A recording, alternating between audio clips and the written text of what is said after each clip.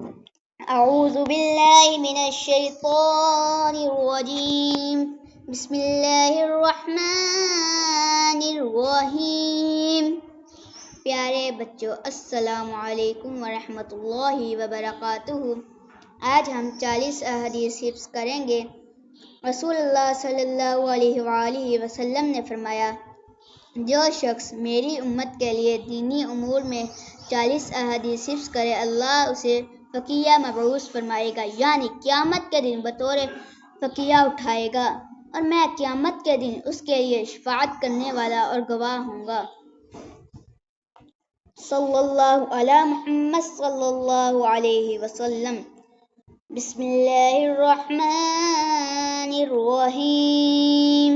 قال رسول اللہ صلی اللہ علیہ وآلہ وسلم، انما الاعمال بالنیات۔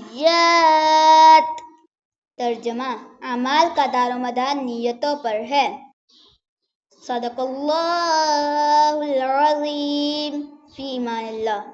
السلام علیکم ورحمۃ اللہ وبرکاتہ۔